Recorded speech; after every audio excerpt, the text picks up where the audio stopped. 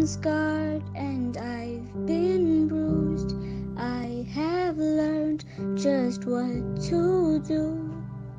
I need to leave my past behind me. I need to look to the future. No matter what will come, no matter what I've done, I know just what to do.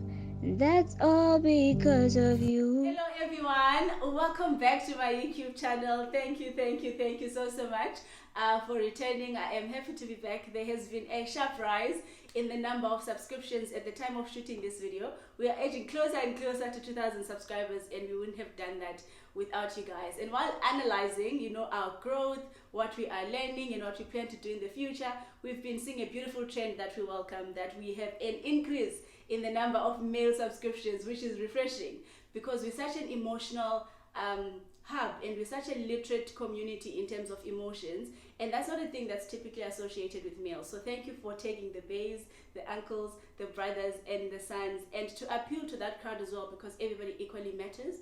I thought hard and long about how to best cater to the new members of our audience in a way that best resonates with them. So I've got a guest today. I'm very excited about my guest, a bit pressured as well by having this guest, because this guest is my senior. This guest is a prototype and an example of the male I have in mind when we are trying to advocate, I beg your pardon, against gender-based violence and all forms of problematic and maladaptive masculinity. He is my example of a person that is that conservative, brought in that generation, but has chosen an alternative and found great value in that alternative that he has chosen. So he's agreed to come share with us. He is a colleague. That's another beautiful thing about it. I'm hosting clinical psychologist from Port Elizabeth. He is a private practitioner and he also heads the psychology unit in UNISA. His name is Dr. Joshua Ndlela. Welcome, Josh, to the couch. Thank you so much. Josh, thank you so much. Welcome to the couch. I've introduced you as what I know of you, but I know what you do is much more comprehensive than that. You're more than just a practitioner. You're a dad, you're a husband, you're a leader, you're in ministry, you're in broadcasting sometimes to share your work. You do a lot. How would you introduce yourself for the viewer who doesn't know you to feel like you are represented holistically, the entire Josh, because whatever informs your opinion will be underpinned by all of your experiences, and I want people to know who you are comprehensively. Thank you for having me. I'm so excited to sit on the couch. I'm excited. I've been watching you. Quite a lot to learn from you. I'm born here, New Brighton, Port Elizabeth, right location. I'm a twin. I'm a twin, and his name is Moses. Joshua and Moses. Joshua and Moses, coming from a Christian background. I'm married, one wife, We and like that. two boys, Isaiah and Abel. Yes, I am also a Christian. I work in New Brighton now, Pakama Building, as a private practitioner. But I'm employed by University of South Africa. I'm based here in Port Elizabeth as a student counselor. But in the profession, I'm a counseling psychologist. Studied here in Port Elizabeth, NMMU, Nelson Mandela University. And then I started working as a practitioner in 2012, where I worked a lot, mentored by Dr. Mavumenwana, who is now at Nelson Mandela University. We worked together at Mackentown for 5 years, and then I went on my own in 2018. But I've been also working part-time ever since. But I was employed by NMMU and then UNISA, and I'm still working for UNISA, and I'm loving working for UNISA. Thank you, Josh. That's a comprehensive bio. It tells me what has informed, the variety of experiences you've been exposed to. And let's get right into it, Josh. This, to me, affirms that you are the right candidate for this kind of dialogue. And I know you've seen males as a practitioner. You've led with males in the organization, in your ministry, and you're raising male children. So I really think this affirms that you're vested in the issues that I'm about to touch on. First things first, Josh, that I've been dying to ask you this question, that male children and girl children are raised in the same family system. Homes, societies breed these children collectively. There isn't an isolated hub that incubates males, but for some reason, these species turn out completely differently to one another, especially when it comes to emotional implications. What has engineered the boy child to turn out in such a way where the expression of emotion appears to be prohibited? Where does this socialization or incubation happen? Because we're raised typically by the same parents in the same unit. They don't disappear and go somewhere, you know, but the trajectory is just completely different on the other hand. And that's the title of the video, that sad isn't bad. And I'm not just isolating sadness, but emotions that suggest vulnerability and weakness in general is unwelcome by male children. And I don't understand why, if we were brought up by the same family systems. I think maybe I can say I grew up without a male figure. It was my mother, my all other brothers and sisters, my uncle in one room. Let's project a bit higher, just for volume. In one house. Yeah. And then growing up without a father, there is also a saying that says, I think something about it will take a village to raise the child. And I never actually got an opportunity in life where I will stay with the father in one house. I saw my dad up until I think the age of 5 years. He disappeared. And then at the time of finishing my matric, then I saw him back. And all of that time, there was an absence of a biological father. And there were quite a lot of vulnerabilities that one has experienced as a result of the absence of the father. And it took some of the people, dads in church, in the society where I grew up, to kind of closing the gap, that need of wanting to be affirmed by a male figure, which was not there at home, you know. And as much as we're coming from that kind of a society, it was not an excuse then for me to say I will not become a good man. A good man. Which is interesting, Josh, before I cut you. This vulnerability shocks me, especially in the black culture, because our culture almost has a protective layer against fatherless children, because children are raised by a village. Specifically. So even if that biological template isn't there, we're not expecting a situation where children are fatherless, because they belong to the home, and black homes are populated. You know, they've got lots of family members, so there should always be a dad. Our culture has made a provision that all children are parented. In youth, they should identify a dad if you are male, irrespective of the biology. And I understand that previously, with the changes in how economy is set up, physical males normally had to migrate to go source income, leaving the family institution. So there's a lot of people, especially your age, of people whose biological dads were out of the family unit to go seek an income, leaving boy children with an understanding that there is a dad, but no prototype to model what being a man actually looks like. So they know what a man is, but behaviorally there is no map of manning, if there's such a thing. You know, you don't know how to man. And I think they end up semblancing from the neighbor, from the church, cool boy at school who is older. I don't know what Josh, masculinity, but as such the sense of masculinity is very fragile. Yeah. What has weakened the family system so much? Because the provision for this in our family systems has been made. There are men in society. Yeah. There shouldn't be fatherless children. If you're a grown man who is a proper man, I don't know what a proper man is, then kids should identify a dad in you. It doesn't matter whose kid they are. Why is that not happening, Josh? Because abantu abangotata bakhona. Yeah, but we can all be there, but we are not all responsible. Yes. I think responsibility makes one to become a father.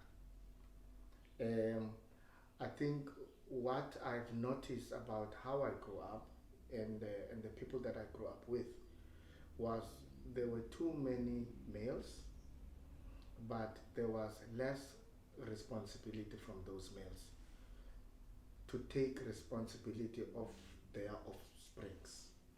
As a result, because of poverty environment we're coming from, you would actually seek help from other places in the neighborhood.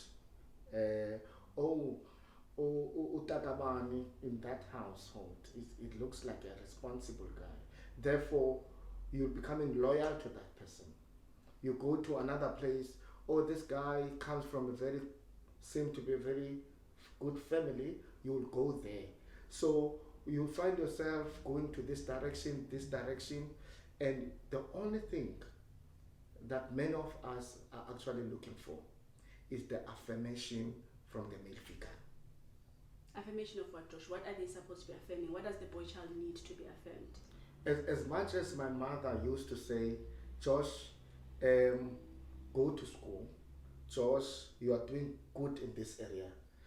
But, you also want to hear a male person giving you that acceptance. Does it carry a different weight because you are male and they are male? Does it carry a different resonance if a man says to you, Mdanam, you're doing a good job? Because your mother said that to you.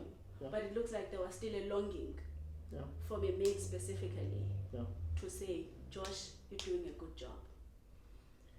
To me, yes, and but even if it was not there at the time that I wanted, it was not an excuse for me to say, look, when the opportunity arises to become the father, the negative that I've actually experienced when I was growing up, I must make sure that I'm not going to repeat that. Not everybody ends up like that, Josh. I'm almost trying to trace in my head, how come you were brought up in this system that seems to have produced a lot of antisocial people, a lot of criminal behavior, a lot of poor people that continue to raise poor children and perpetuating poverty. Normally the developmental history is a similar history to yours, but your life looks completely different to people who share that background. How did you semblance a strong Anyana sense of being that although I did not have XYZ, you picked the right path, but nobody drew the map for you because there was no man to map how to man. But you navigated and figured out how to be a man somehow, and you made yourself a good one. How, Josh? How did you beat the odds? And what did the other people not experience that you seem to have experienced? I'm trying to see, when I'm looking at these two children, and both of them are fatherless sons, how do we pick the Josh to the Orchids at Albans prison? Because both of them are fatherless, and this exposed them to a whole lot of modeling from other male figures that could either be a criminal or a church person. You never know, but both of them are vulnerable because their primary masculine guide is not there. Was it luck, Josh? Was it presence of alternatives in your system that, okay, dad isn't there, but there's other dads? Was it a strong-willed mother? What was it that made you go this way? Because this way was also an option. I think you thought that you're making the right choices then to look for people who were kind of role models. I got you. So basically, criminals also found a role model, but they were modeling in the wrong thing. I mean, guys, who are cool, they've got a Mercedes Benz. They are a role model. They speak nice, but they chain, but get wrong. Come on. And also that grown up from church as well. Yes. You know, because you can hear my name Joshua, my twin brothers Moses, and my dad was a minister of religion. My mom is a leader at church, you know, and all of those values in terms of you must take care of other people. So you had You a know? different source to semblance a value system. Yeah, and I mean that role modeling of finding people in around you and you wanting to be like them, you know, and then you make a choice to say, I'm not gonna do this as a young person. This is what I want to follow, you know. That actually assisted me, you know, and my twin brother, you know, and everybody else at home. I knew that one day I want to do this in life, and I had to follow, you know, those sacrificial um, um, sacrifices that I've done as a young man from relocation to say so and so was a big person in our society, and this is what he used to say to us. This is what church is saying to us. I do not want to repeat what has happened in my house where I'm coming from, and I want to become a better person, a better father. You know? I'm glad, Joss, because it seems like there was a consistent, strong voice, and you didn't drown in the absent voice. There were other voices. That is what you are saying, basically, that there were other voices, whether it was a religious voice, whether it was a societal voice from other males, but it looks like there was another voice, you know, feeding into you. Another beautiful thing I do about you is the kind of profession that you are in. It demands you to be in touch with emotions. And for male children that don't have a male figure, not just males are physically strong. There's something about them that is big and mighty. So you normally feel like if there's big bad that is coming, there's another big person that's going to fight it for you. So for male children that don't have that, you know, being weak and timid makes you a target. So you quickly have to learn how not to be a softie, because a gecko dadako or a grootman that's going to defend you. Yeah. So male children who don't have a stronger male looking after them tend to feel like suba you weak, because go exposed your timidity emotionally.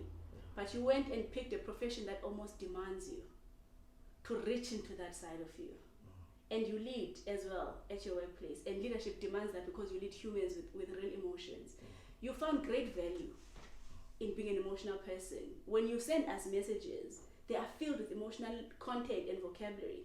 During this COVID-19, how to cope, how we're likely to feel, how that's okay that we feel that way. You send us messages every night that label how we are feeling, and you keep on saying a strong-willed person does this, you can push through this. Consistently, these messages come at the same time every night. So I know you've got emotional language, and it can only come from a person who has invested in their own emotions. I almost want you, Josh, to tell other males the value of being in touch with their emotions. That there is an upside. I know there's a downside. It makes you weak and maybe easily accessible to threat. So it's not really advisable. But you've cashed in on it. You've built a profession on it. You've built a profile on it. And you've become a father figure to young people in the profession, where it's just like, Josh is not my biological dad, but there's a dad in the space, man. You feel like there's a dad. You feel fathered. You don't feel like threat will come your way because Bako no Josh. What is the value, Josh, of you being one-on-one with your emotions? As a parent, as a husband, what have you benefited from being okay with emotions? Look, I think I always say mentally strong people, emotionally strong people, they know their weaknesses. Of course. And I'm one of the person whom you would say is an emotional person. I'm one person who's emotional, you know. But I've also. I'm so glad you're owning up to that, and you're not using it as an insult. It's like it's my identity, it's who I am. No, I am, and I like attention too. Okay. You know, but that doesn't actually makes me to be vulnerable. Absolutely. You know, I think I'm owning up that this is where my weakness lies on. But that weakness is also my strong point, because I'm able now to dance with my clients. You know, I'm able to know this person might be in this. Relate. Yeah, I can relate very easily when it comes to emotions. you know, and you know that they will talk about the contact doors, The trap the door. trap doors. Got you. Yeah, you know, and where my contact door is my emotions. Love that. You know, Love so once I actually get with my client in the contact door, it makes easy to work with my clients and go to the target door. and get to the target door. Which they wouldn't open that door if you didn't meet them in the contact door. And the emotional contact door is my weakness. So the more I actually gel with lean people, into your weakness, the you're more becoming better. yes. So as much as it is about them, my client, it is also about me.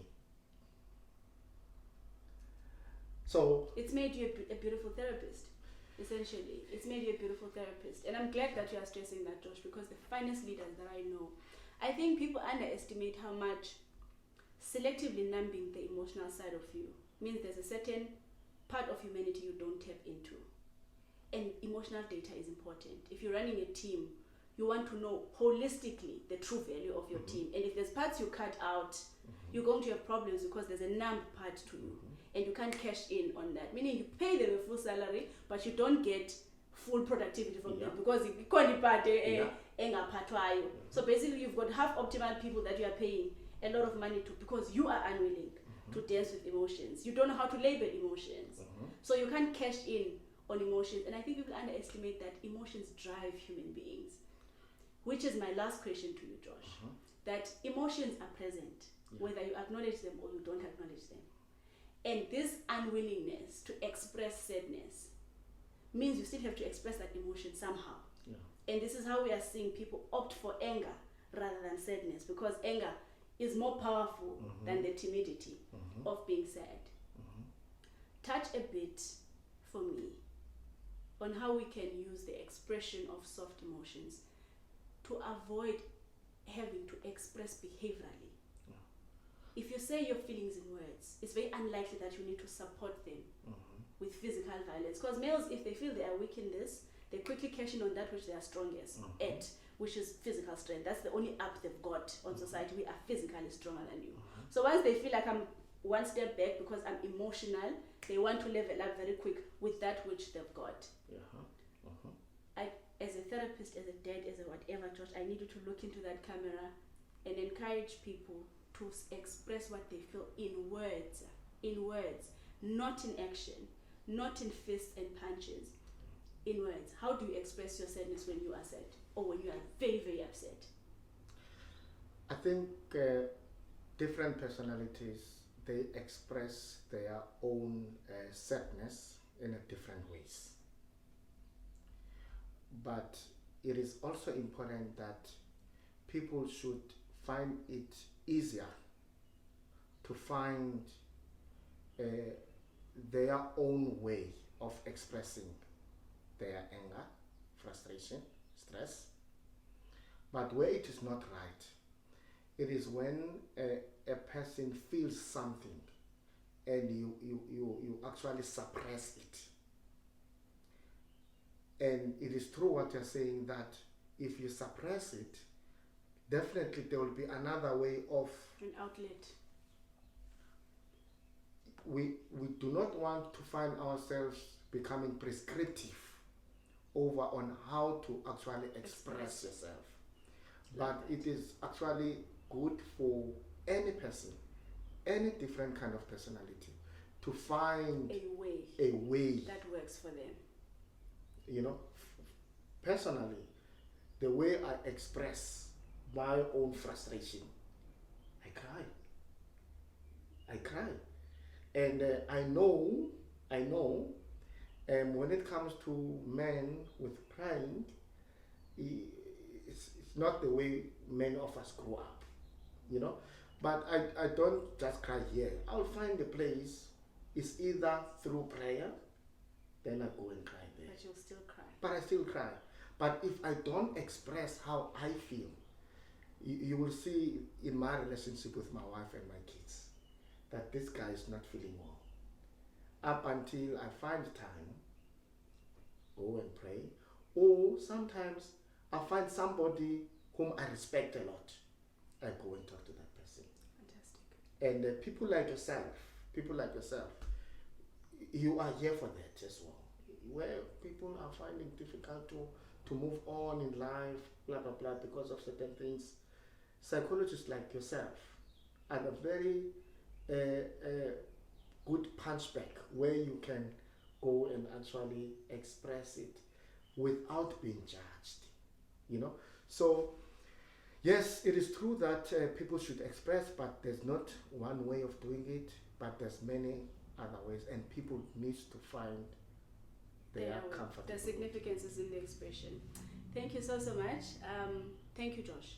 I cannot express the gratitude I have in having an example, not just from a textbook, of a man that is black, that is conservative, and a traditionalist to some degree. Like, they look like a regular man that people know, and they see them saying this. I don't even care what you said. The fact that you are saying it, most people have never heard their dad, who is your age, say, I cry. That's enough validation to say to the boy that's been labeled as timid, there's nothing wrong with crying. To say to the boy that he has chosen sport, that you encourage that a person finds their way. Go kick things in the gym, sketch, sing, play ball, whatever. The fact that it comes from another male, causing attitude, we are recruiting them to the emotional side because we are emotional beings.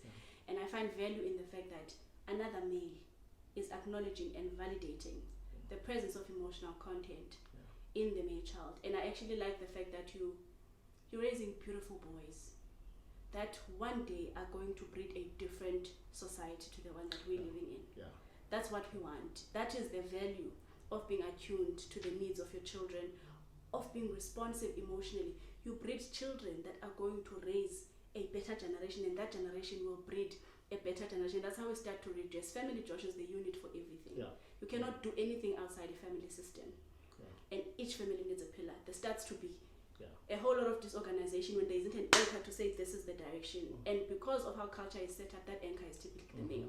I'll make a decision of who to marry, how many kids to father, how to look after them. So therefore, if that roof has decided how the vertical structure works, that system works. And other watchers can model that system.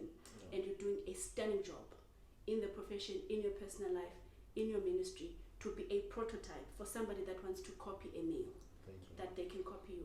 Appreciate you, Josh. Appreciate your softness, your openness, your genuine expression to say, Mazet, you're doing good. You're doing a good job. It's in your eyes, it's in your smile. Males are responsive and warm. And as a girl child, that masculinity and softness from a male figure is absolutely therapeutic to me. I cannot thank you enough. We just have 30 minutes, Josh. I can't extend it further than that. But thank you for being here. I just needed you to be here. I didn't need you to say the right thing. I needed a dad to speak like Josh, to sound like Josh, to look like Josh, to present a picture to you of what a good father should look like. And I hope I've done that for you. I promise you this kind of content consistently, the best way that I know how. And Josh was my selected best way today. And thank you so much for having me. Dr. Ndlebe, say goodbye to my listeners. Thank you so much for having me. And thank you to all of you guys for listening. Let's keep on tuning to the couch. I'm always tuning to this lady. I'm learning a lot from her. Learning from me? And Josh. And every person who comes here, I'm learning a lot. Keep it up. Keep it up. Appreciate Thank you, it. guys. Thank you, guys. See you next Tuesday.